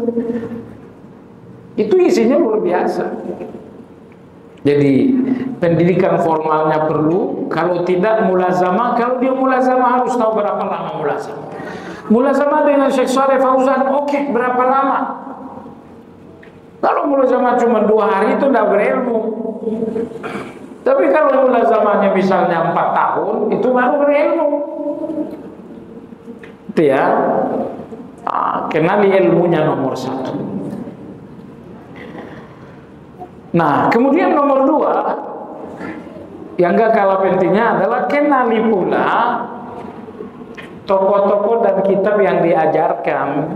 Ini tokoh-tokoh yang selalu disebut dalam kajiannya siapa. Ini tokoh-tokoh yang selalu disebutkan itu adalah menggambarkan pemikirannya dia. Ya, saya pernah dengar satu ceramah Itu ceramah kurang lebih 45 menit, satu pun tidak ada tokoh Islam yang disebutkan. Yang disebutkan misalnya Max Weber, yang disebutkan adalah John L. Itu saya bilang ini mau ngapain? Nah, kalau tokoh yang disebutkan misalnya Ayatullah Khomeini dan ini Syiah. Tapi kalau tokoh yang disebutkan misalnya Imam Syafi'i, Imam Malik, Abu Bakar, Muawiyah, dari tokoh-tokoh yang selalu disebutkan dalam kajian, kita akan tahu akidahnya, kita akan tahu pola berpikirnya. Nah, kenali tokoh-tokoh yang selalu disebutkan supaya kita mengetahui pikirannya dan akidah. Termasuk akidah yang buku yang diajarkan apa aja.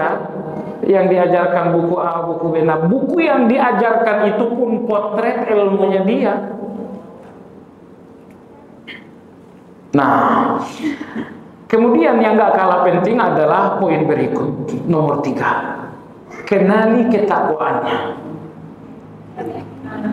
Kalau dia bukan orang yang bertakwa, nanti akan banyak ilmu yang meleset.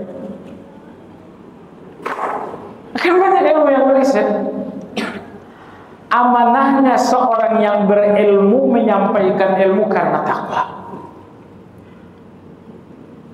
Kalau orang berilmu tidak bertakwa, dia tidak akan amanah dengan ilmu.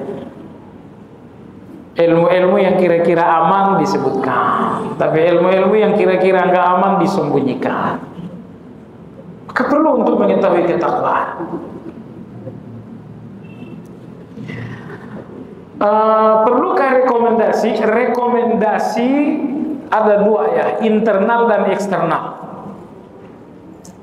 Rekomendasi paling kuat, rekomendasi nggak mungkin salah adalah rekomendasi internal.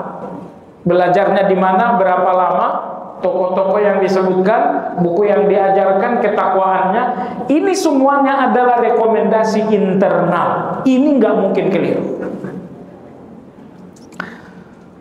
Diriwayatkan Imam Malik dalam kitab Al-Muwatta, ketika dulu di awal Islam, Nabi mempersaudarakan Muhajirin dan Ansar. Termasuk Salman oleh Nabi dipersaudarakan dengan Abu Darda. Di kemudian hari Salman Al-Farisi tinggal di Persia, dan Abu Darda tinggal di Syam. Maka Abu Darda mengirimkan surat kepada Salman. Beliau mengatakan, wahai Salman, Nabi menyebutkan Persia dengan fitnah. Tinggalkanlah Persia, negeri yang penuh fitnah, hijrah ke Palestina, negeri yang aman. Baik, lalu Salman Al-Farisi menuliskan balasan. Dalam balasannya beliau mengatakan, innal makana la yuzakki ahadan, innama yuzakkihi amaluhu. Beliau mengatakan, satu tempat tinggal itu tidak menjadi rekomendasi untuk seseorang. Yang menjadi rekomendasi untuk seseorang adalah amalnya sendiri. Hadis saya diriwayatkan oleh Imam Malik dalam Muwatta. Maka rekomendasi terkuat tentang seorang adalah dirinya sendiri, ilmunya, ketakwaannya. Lalu rekomendasi yang kedua adalah rekomendasi eksternal. Rekomendasi eksternal ini dibutuhkan, tapi itu gak terlalu kuat. Gak terlalu kuat. Agar Anda tahu ya, laki-laki yang direkomendasikan Umar bin Khattab untuk mengajarkan Al-Quran di Irak adalah Abdurrahman bin Muljam. Kalian orang Irak, guru Quran yang aku rekomendasikan dan aku kirimkan kepada kalian Abdurrahman bin Muljam. Tidak tanggung-tanggung, ini rekomendasinya Amirul Mukminin. Tapi apakah Anda sadar bahwa sampai megang rekomendasi ini ternyata kemudian adalah salah satu pemimpin Khawarij, bahkan dia yang membunuh Ali bin Abi Thalib.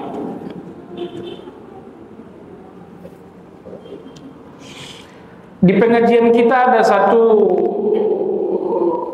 kebiasaan Ustadz mungkin nggak terlalu banyak mendalami ilmu-ilmu hati.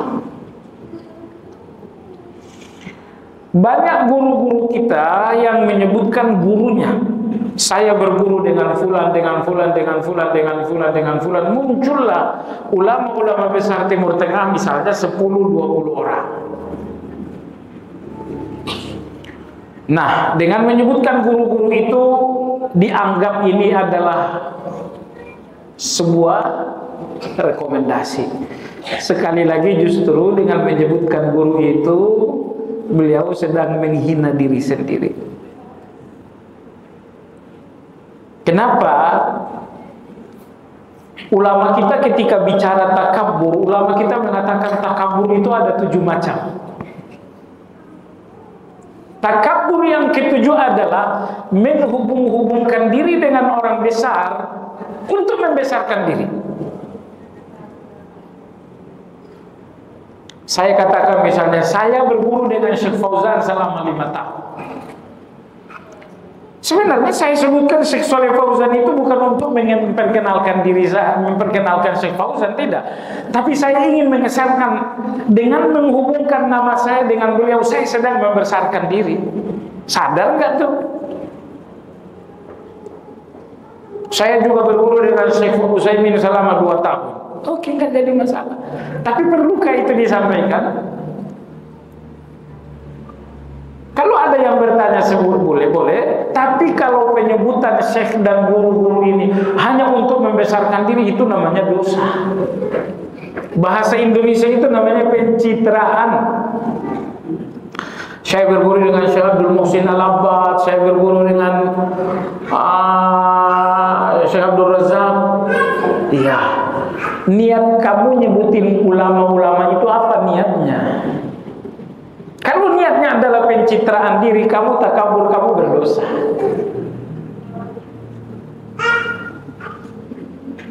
Jadi kalau memang ditanya kasih tahu, kalau memang perlu cerita-cerita, tapi hati harus bersih menyebutkan nama guru-guru ini. Jangan sebutkan nama-nama guru kalau hanya untuk pencitraan diri. Ya, saya tahu ada seorang guru ya ngajar kemana-mana, bahasa Arab nggak ngerti, tapi di mana-mana selalu membawa nama seorang guru besar. Saya muridnya Ustadz Fulan, saya muridnya Ustadz Fulan. Sebenarnya mau murid Ustadz siapapun kalau nggak berilmu ya nggak boleh ngajar kan gitu. Tapi sengaja dia mencitrakan diri dengan menyebutkan nama-nama guru di tempat dia menimba ilmu. Jadi kesimpulan, rekomendasi eksternal itu lemah. Nggak selamanya memberikan kita kebenaran. Contohnya rekomendasi Umar terhadap Abdurrahman bin Muljim yang ternyata beliau adalah kepalanya Khawarij. Maka rekomendasi terkuat tentang ilmu seseorang adalah dirinya sendiri. Belajarnya di mana, berapa tahun, kemudian ketakwaannya seperti apa, tokoh-tokoh yang disebutkan apa, ya, siapa tokoh-tokoh yang disebutin. Kalau misalnya tokoh yang disebutkan seperti Hasan al-Banna, Sayyid Qutb, itu udah ketahuan arahnya kemana. Kalau tokoh yang disebutkan misalnya Imam Ar-Razi, kemudian Imam Ghazali, nah itu arah pikirannya udah kebaca juga. Baik, saya kira demikian ya. Wallahu a'lam.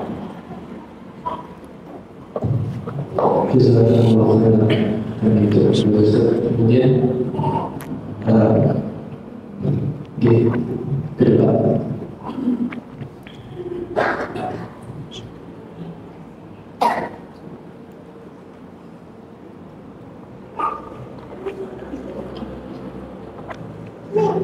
Oh, Masya Allah. Assalamualaikum.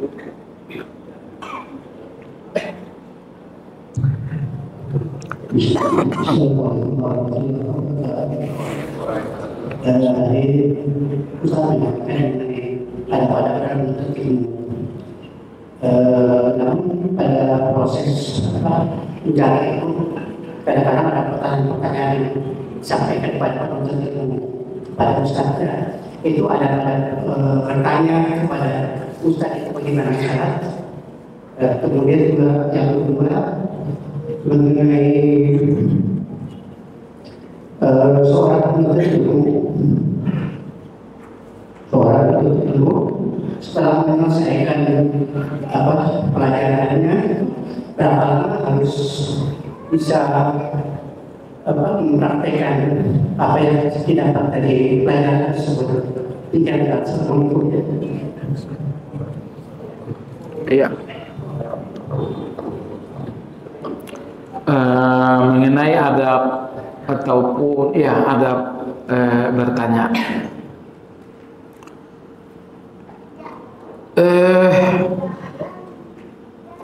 Ada bertanya yang pertama, tanyakan sesuatu yang hubungannya dengan amal. Kalau yang ditanyakan itu tidak membuahkan amal, tidak usah. Itu pertanyaan mandul. Ustaz, itu tongkatnya Nabi Musa berapa meter kalau boleh tahu? Nah, itu nggak apa hubungannya dengan amal, nggak ada hubungannya dengan amal. Ketika Adam nikah dengan Hawa, maharnya pakai apa? Nggak ada hubungannya dengan amal. Tapi kalau misalnya Anda bertanya, Ustaz, transaksi seperti ini, begini, masuk kategori riba nggak? Ini pertanyaan memang membuahkan amal. Itu pertanyaan yang subur itu. Nah, Imam Syatibi dalam kitab Al-Muwafaqat, beliau menyebutkan ada 10 tipe pertanyaan nggak boleh ditanya dan nggak boleh dijawab. Saya nggak hafal ya, saya cuma nyebutin angkanya doang. Salah satunya secara umum adalah yang tadi. Salah satunya yang tadi, bahwa pertanyaan-pertanyaan sekedar tahu itu pertanyaan mahdul, nggak ada gunanya. Ilmu itu tujuannya amal, maka pertanyaan yang nggak membuahkan amal itu bukan pertanyaan yang layak disampaikan. Nah, itu adab yang pertama, tanyakan sesuatu yang berhubungan dengan amal. Nomor 2, jauhi pertanyaan yang istilah ulama kita ughluthah. Yang dimaksud ughluthah itu adalah pertanyaan yang tujuannya menjebak sang narasumber. Oh, narasumber saya kasih pertanyaan, saya jebak, saya prank nih narasumber. Nah, al-ughluthah atau si'abul masail, pertanyaan-pertanyaan jebakan, itu tujuannya kan bukan jawaban kan? Tujuannya adalah untuk ngeprank si pemateri. Nah, pertanyaan ughluthah ini juga nggak boleh. Pertanyaan ughluthah ini pernah disampaikan Abu Hanifah rahimahullah kepada muridnya Muhammad bin Hasan. Karena sang murid ini terlalu cepat ngambil keputusan. Jadi ceritanya, suatu hari Imam Abu Hanifah, bukan Muhammad bin Hasan, Abu Yusuf. Suatu hari Imam Abu Hanifah memberikan rekomendasi kepada guru murid-muridnya untuk membuka majelis fatwa. Tapi justru murid terpintar Abu Yusuf tidak dikasih rekomendasi. Yang lain misalnya Zufar, Muhammad bin Hasan, mereka semua dikasih rekomendasi, kalian buka majelis ilmu, majelis fatwa. Abu Yusuf malah tidak. Suatu hari Abu Yusuf ini sakit keras, sampai-sampai orang berpikir Abu Yusuf akan wafat. Abu Hanifah berkata, saya khawatir dia wafat. Padahal yang saya rencanakan menggantikan posisi saya adalah dia. Kalau dulu Abu Yusuf tidak jadi wafat, dia sehat kembali. Lalu dikatakan kepada dia, kemarin waktu kamu sakit, guru berkata, kelak yang akan menggantikan posisi beliau adalah Anda. besar kepala lah Abu Yusuf ini. Kalau saya yang akan menggantikan beliau, berarti saya udah sejajar dengan beliau. Tanpa izin, tanpa rekomendasi, akhirnya Abu Yusuf membuka majelis. Abu Hanifah tidak lihat Abu Yusuf lagi.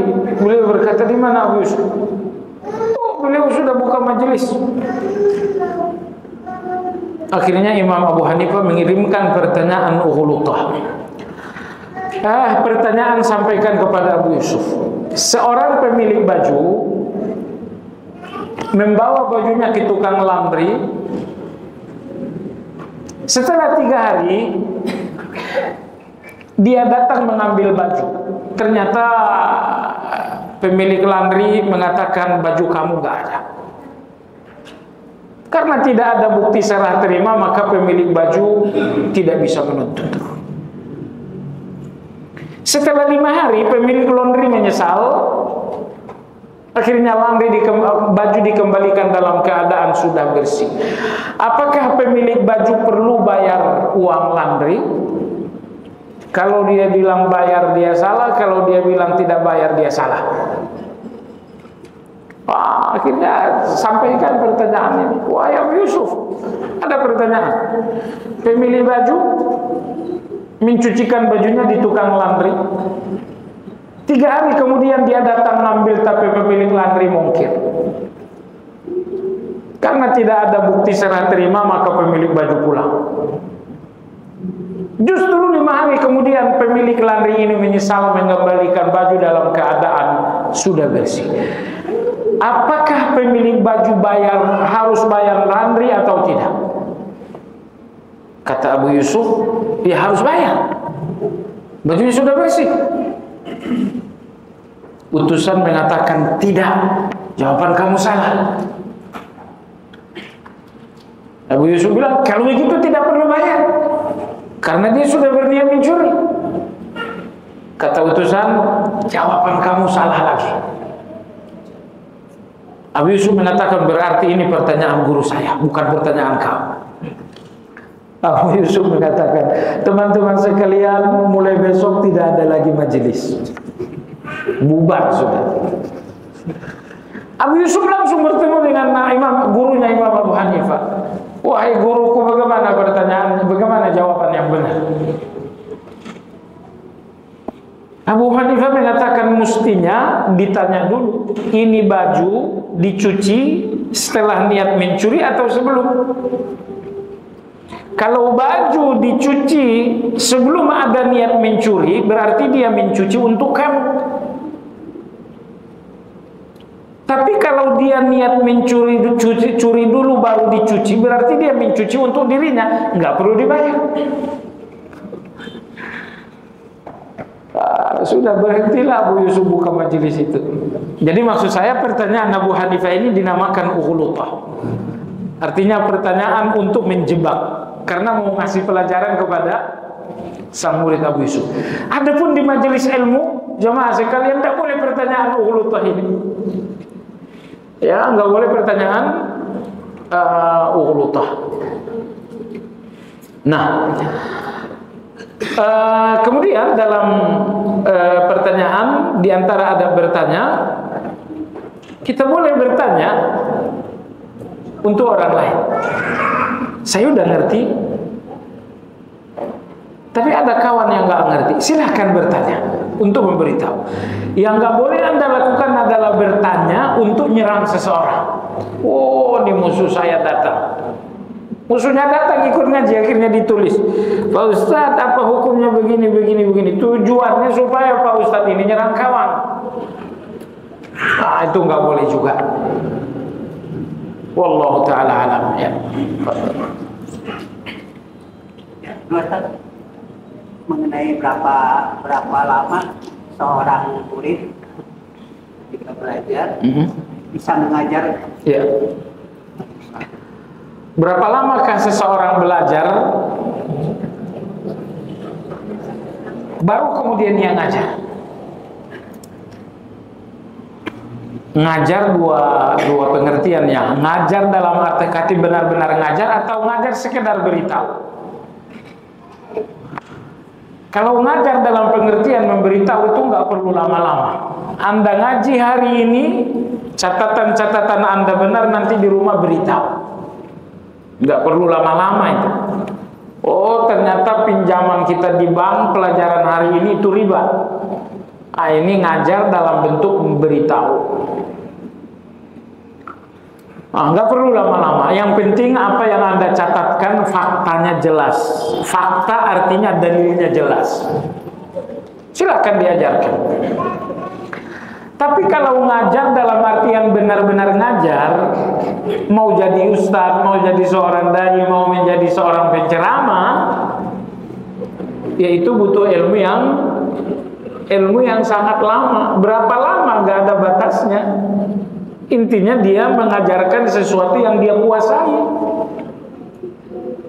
Kalau nggak dikuasai, jangan ngajar. Belajarnya misalnya 20 tahun itu cukup lama, tapi yang diajarkan ini sesuatu yang dia nggak kuasai, ya jangan.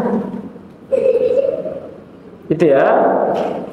Jadi batas waktu berapa lama itu susah untuk dijawab. Yang penting apa yang akan diajarkan ini benar-benar telah dipelajari secara menyeluruh. Hanya saja kalau dia sudah bisa bahasa Arab, nomor 2 dia paham kaidah-kaidah ilmu. Kaidah ilmu misalnya kaidah tafsir dia ngerti, ilmu Quran dia ngerti, ilmu hadis dia ngerti, kaidah fikih dia ngerti, bahasa Arabnya oke, kaidah ilmunya pun dia ngerti. Ini modal pertama untuk bisa ngajar. Saya lihat ustadz-ustadz karbitan itu mereka nggak ngerti kaidah sama sekali. Bahasa Arab nggak ngerti, apalagi kaidah-kaidah ilmu. Kaidah tafsir nggak ngerti, ilmu Quran nggak ngerti, ilmu hadis nggak ngerti, kaidah fikih nggak ngerti, usul fikih nggak ngerti, termasuk kaidah fatwa pun nggak ngerti. Fatwa itu ada kaidahnya. Di antara buku terbaik tentang kaidah fatwa ditulis Imam Nawawi dalam Muqaddimah Majmu'. Juga ditulis Ibnu Qayyim dalam kitab yang apa namanya al-alam, apa namanya Ustaz? Al-Ilamul Muwaqqi'in. Termasuk kaidah fatwa terbaik ditulis oleh Al-Qasimi dalam kitab Al-Fatawa fil Islam. Banyak yang nggak paham dengan kaidah fatwa ini. Saya tahu ya. Di Jakarta ini ada seorang guru besar banget nulis buku tapi banyak salahnya. Buku ini beredar, sampai buku ini dulu pernah terkenal sekali. Tapi karena banyak salahnya akhirnya tidak diterbitin dan selesai. Emangnya begitu fatwa? Kalau kita udah salah, bukunya cukup ditarik dari penerbit? Nggak boleh begitu. Kaidah fatwa mengatakan bahwa fatwa diralat sesuai dengan cara kita menyampaikan fatwa. Fatwanya salah melalui radio, ralat di radio. Kalau fatwanya salah melalui tulisan buku, tulis lagi buku. Tapi bahwa buku ini udah banyak sekali salahnya. Subhanallah ya, di Jakarta, di Indonesia saya bilang, orang-orang nulis buku di Indonesia siapapun namanya terlalu nekat. Nekatnya di mana?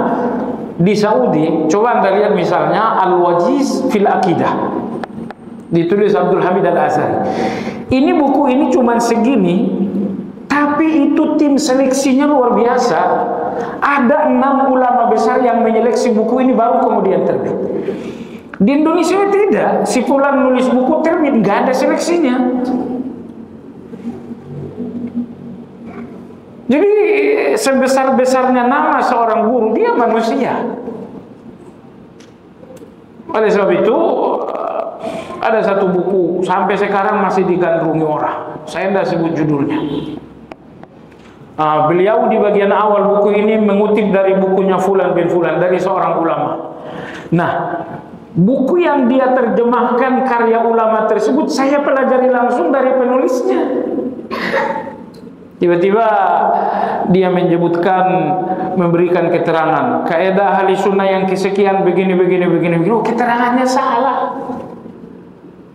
Saya tahu salah karena buku ini saya pelajari langsung dari penulisnya. Nah, jadi masalah kita apa nih? Tulisan-tulisan seperti ini beredar, diterbitkan dan tidak ada tim seleksi. Ini bahaya. Di Saudi itu nggak ada yang begitu. Ya, kecuali kalau misalnya seperti Syekh Utsaimin nggak perlu tim seleksi. Kalau di Indonesia ini kan belum ada yang kategori ulama, belum ada. Ustadz Fulan, oke. Ustadz ini dinamakan ulama kalau mereka sudah punya fatwa. Ada fatwa nggak? Ada fatwa kan? Ustadz Fulan, oke. Ini Ustadz tua, saya mau tanya, mana kumpulan fatwa beliau? Nggak ada. Kalau nggak ada kumpulan fatwa, berarti dia belum kategori ulama, dia masih kategori penuntut ilmu. Dia masih kategori penuntut ilmu, dan buku tulisan ini cuma terjemahan-terjemahan saja. Lalu dikasih keterangan-keterangan, maka perlu untuk diseleksi. Jadi jangan terlalu gegabah juga. Oh, Ustadz Fulan banyak nulis buku berarti dia ulama. Ya, harapan kita, keinginan kita dia ulama gitu kan. Tapi sekedar tulisan tidak menunjukkan seorang ulama. Karena boleh jadi dia menerjemah, gitu ya. Nah, sekali lagi kita sangat sayangkan bahwa di Indonesia tidak ada tim seleksi seperti itu, sehingga muncul buku-buku yang banyak keliru. Wallahu alam. Jadi dia ngerti bahasa Arab. Imam Syatibi dalam kitab I'tisam beliau mengatakan tidak boleh ngajar agama kecuali orang Arab atau seperti orang Arab dalam berbahasa Arab. Imam Syatibi mengatakan penyebab bidah itu 4. 1/4 bidah munculnya karena nggak ngerti bahasa Arab. Orang-orang Asy'ariyah ketika mereka mentakwil misalnya summa stawa 'alal 'arsy. Mereka mentakwil misalnya ma mana'aka an tasjuda lima khalaqtu bi yadayya. Kenapa takwil-takwil ini keliru? Karena bahasa Arabnya nggak bagus. Maka 1/4 kesesatan dan bidah itu karena nggak ngerti bahasa Arab. Jadi seorang boleh ngajar al-Islam, dia boleh ngajar kalau dia udah ngerti ilmu alat. Ilmu alat itu bahasa Arab. Dan bahasa Arab ini memiliki cabang ilmu sebanyak 6 ilmu. Enggak cuman belajar durusul lugha lalu ngajar. Di sini ya, di Jakarta sini ada seorang ustadz aslinya nggak ngerti bahasa Arab. Tapi karena bahasa Arab perlu untuk boleh ngajar, akhirnya dia ngajar buku berbahasa Arab. Ya, mungkin untuk mencitrakan dia paham bahasa Arab.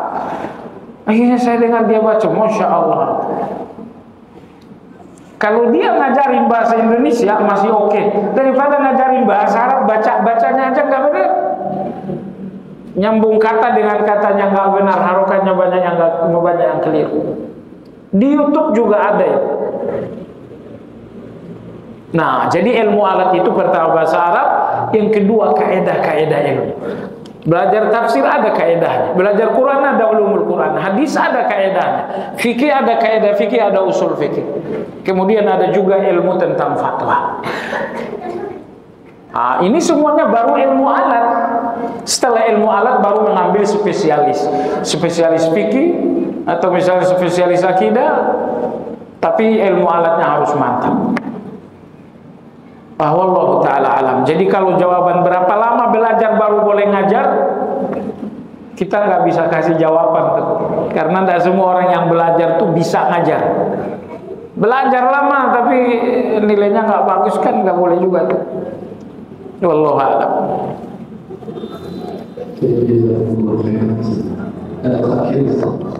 Pertanyaan dari Ahmad.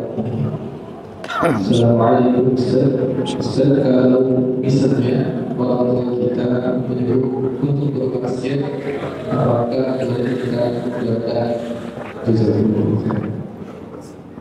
Orang tua menyuruh berbuat maksiat.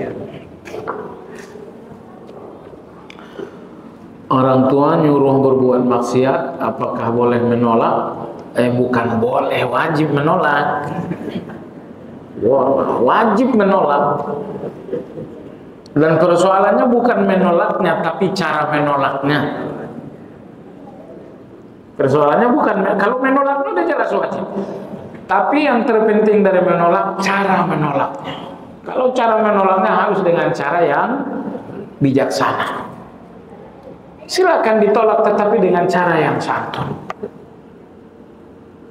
Misalnya orang tua mengatakan besok kamu datang tahlilan ya, misalnya. Oh, itu kan gak mungkin kita datang. Tapi tolak dengan bahasa yang bagus. Nah, caranya bagaimana? Yang tahu orang tua Anda sendirilah yang ngerti bahasanya dia.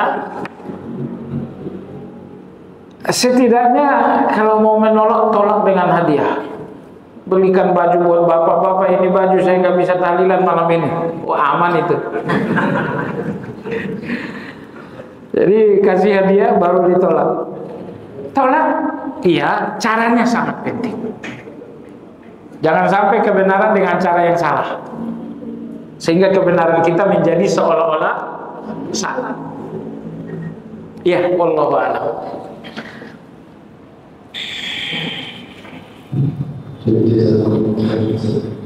Dan yang terakhir kami silakan ke Ustaz untuk memberikan pertanyaan ke jemaah. Satu lagi.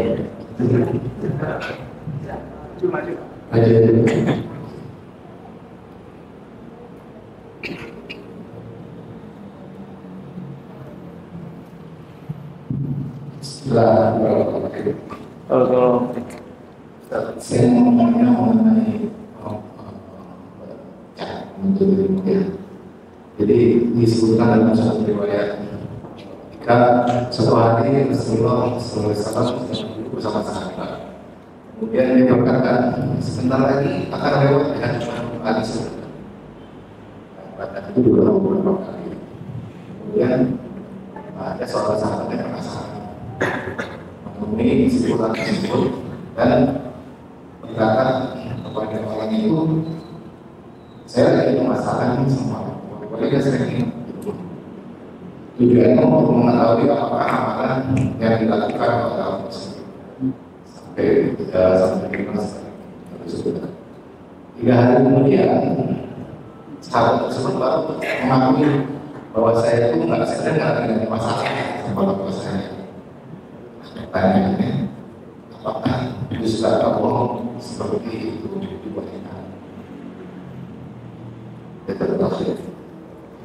Iya.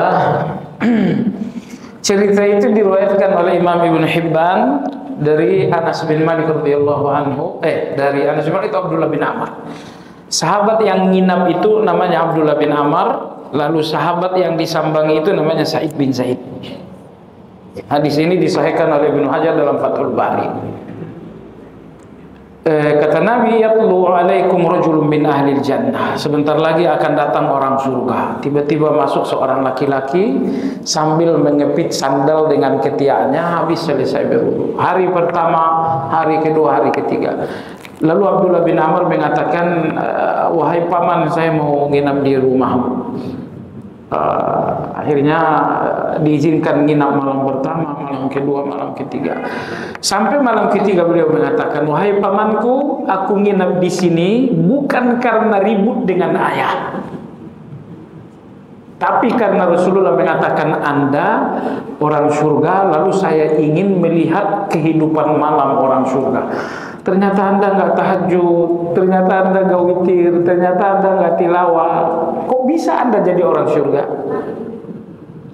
Beliau mengatakan, huwa zalika, aku tidak lebih dari apa yang kau lihat. Akhirnya Abdullah bin Amr pergi. Setelah dia mau pergi, dia mengatakan, wahai anak saudaraku, ke sini sebentar. Akhirnya Abdullah bin Amr mundur lagi. Sa'id bin Zaid mengatakan, aku nggak lebih dari apa yang kau lihat, cuman saya tidak pernah tidur sebelum memaafkan orang. Saya tidak pernah tidur sebelum memaafkan orang. Abdullah bin Amr mengatakan, kalau begitu itulah surga. Jadi di situ tidak ada dusta ya. Abdullah bin Amr nggak mengatakan, nah, aku nginap di rumahmu berantem dengan ayah, enggak. Dia izin nginap malam pertama, malam kedua, malam ketiga. Di malam ketiga baru dia kasih tahu, aku nginap di sini bukan karena ribut dengan ayah, tapi karena Rasulullah mengatakan Anda orang surga dan saya pengen tahu seperti apa Anda jadi orang surga. Wallahu a'lam.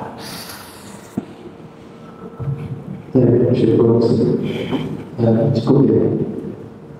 Ya cukup. Terakhir, fadhal Ustaz. Iya. Ya. Pertanyaan. Baik. Pertanyaan pertama, Anda mengusulkan pertanyaan yang berat atau yang ringan? Baik. Ya, pertanyaan yang ringan saja. Laki-laki tadi dijamin Nabi masuk surga bukan karena tahajud, surganya dia bukan karena tilawah, surganya dia bukan karena puasa, surganya dia apa? Surganya dia gugur itu. Gugur jawabannya nggak pakai angkat tangan.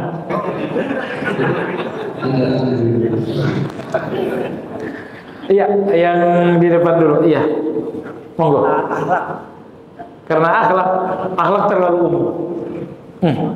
Sebelum tidur beliau selalu memaafkan. Artinya dia berjiwa bersih, dalam hatinya nggak ada benci, nggak ada dendam, nggak ada permusuhan kepada orang. Karena hati yang bersih ini maka dia dijamin oleh Nabi masuk surga. Barakallahu fiik. Berapa?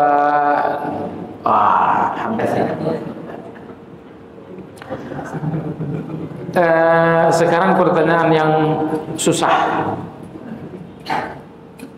Di antara pertanyaan yang nggak boleh disampaikan di majelis ilmu adalah uhulutoh. Apa itu uhulutoh?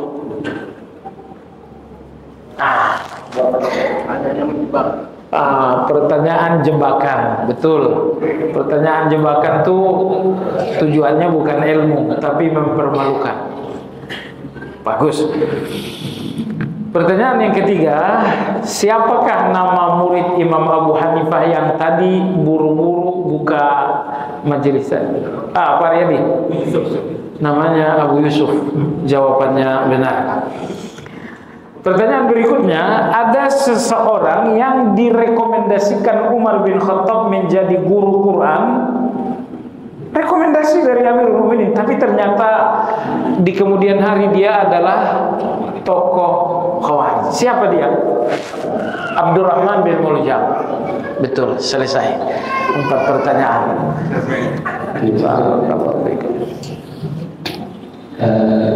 Demikian kaji kita pada siang hari ini. Jazakumullah khairan kepada Ustaz yang telah menyampaikan materi pada siang hari ini.